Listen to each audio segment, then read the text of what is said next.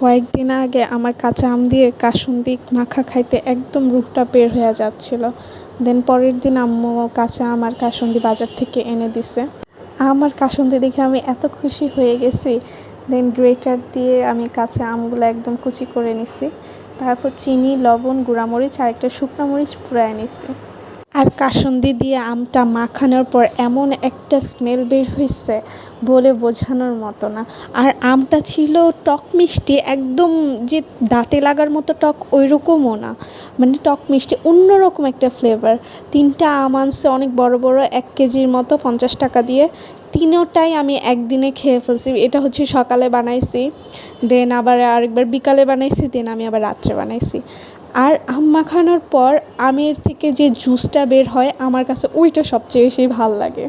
যে কোনো ভর্তা বানানোর সময় আমি বেশি এক্সাইটেড থাকি লাস্টের পানিটার জন্য।